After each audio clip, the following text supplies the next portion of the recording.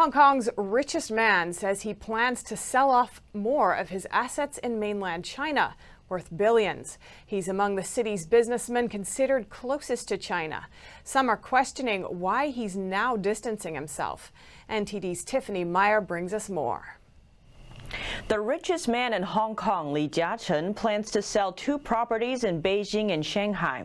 They're worth over $7 billion combined. Their sale will serve to further distance him from China. Among Hong Kong businessmen, Li was counted among those with very close relations to Beijing. That's because he's invested the most in mainland China compared to the rest of them.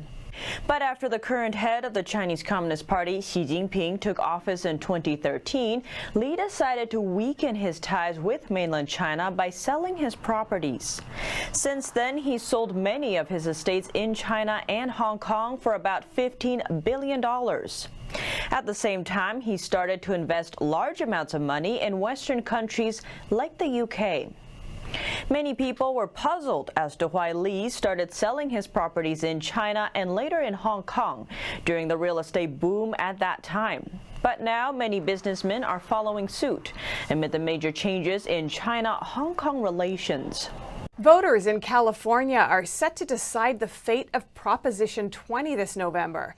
It's a bid to retighten restrictions on how certain crimes are classified and how they're punished. Key leaders supporting the initiative held a teleconference to discuss it ahead of public voting. It's called the Criminal Sentencing, Parole, and DNA Collection Initiative, or Prop 20.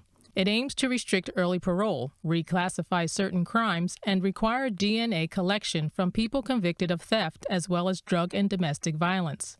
Proponents of the bill believe it will correct the unintended negative consequences following Prop 47, Prop 57, and Assembly Bill 109. These measures were designed to reduce the state's inmate population by granting early parole or downgrading some felonies to misdemeanors. For example, Prop 47 downgraded theft and fraud under $950 from a felony to a misdemeanor. According to Ron Lawrence, former president of the California Police Chiefs Association, propositions like this have a negative impact on the community.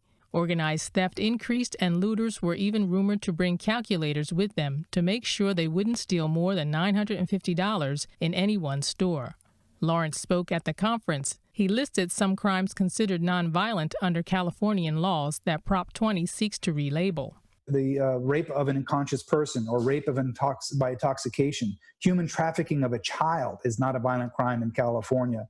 Furthermore, Prop 20 would mainly target harmful criminals like those in organized retail theft rings. Those who've been convicted of theft 3 times would have the threshold lowered from $950 to $250 before being charged with a felony.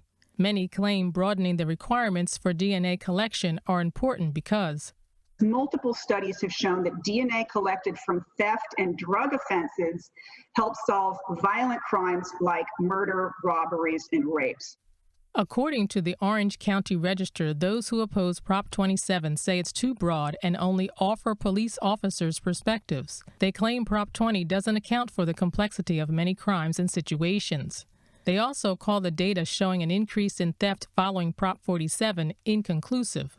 Researchers at the University of California, Irvine determined that Prop 47 had no impact on crime rates. The Public Policy Institute of California determined the passing of Prop 47 may have contributed to an increase in theft.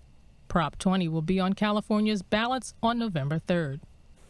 The wreckage of a major German warship has been discovered off the coast of Norway, some 80 years after it was sunk in a World War II battle. Sonar scans and images of the ship's hull and gun turrets helped identify the cruiser. It sits just 50 feet away from a subsea power cable that's been operating for over 40 years. The ship was built in the 1920s and later decorated with a Nazi swastika. The almost 600-foot-long vessel is part of the German force that invaded Norway in April 1940. It was struck by a British submarine's torpedo shortly after starting its return voyage from Norway. The ship's crew evacuated and the vessel was sunk by the Germans themselves. It rests upright on the seabed at a depth of around 1,600 feet, some 15 miles off the coast. Norway's power grid operator says the subsea power cable, which connects Norway with Denmark, would have been laid further from the wreckage if they had known of its location earlier. Next, we meet a man in England who is reviving reverse glass painting, a traditional craft that's almost been lost. Our UK correspondent Jane Werrell found out more about this rare form of art. Once a flourishing trade, reverse glass signs made by hand are now an endangered craft. The process includes drawing, cutting, etching, then gilding and painting the reverse of the glass. Skills that David Smith is passing on to others. It's hopefully going to stay alive, that's the main thing. It's all about keeping the craft alive. The Heritage Craft Association has found that he's the only person in the world who is able to teach all of the processes involved in the craft. You feel like you're in the past actually drawing, creating a craft. Each artwork can take from 20 to 40 hours, sometimes 100 hours or more, like this panel that took more than 4,000 hours. It incorporates 15 original techniques from the Victorian era, including embossing and acid etching, as well as 7 different carats of gold leaf. It starts by hand. These airbrushed paintings had dots overlaid on them and were scanned in to get a vintage effect. I didn't want it just to be like a painting. I wanted it to be, I wanted to suit the glass itself with all the other parts of the work.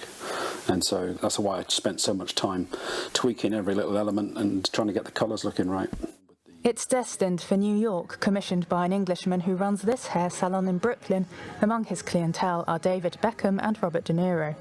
He told Melina about the sense of history he wants to create in his store. Rather than just a glass cabinet, it's a beautifully crafted glass cabinet that's displaying stuff.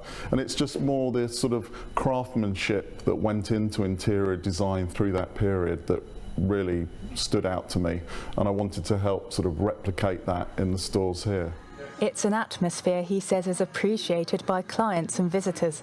The panel is set to be delivered in November, put back from spring this year because of the pandemic. He was on David Smith's waiting list for about 5 years before the process began. And then we really got stuck into the preliminary sort of designs and the sketches. And when I say sketches, when Dave Smith does a sketch, it's like a piece of art in its own right.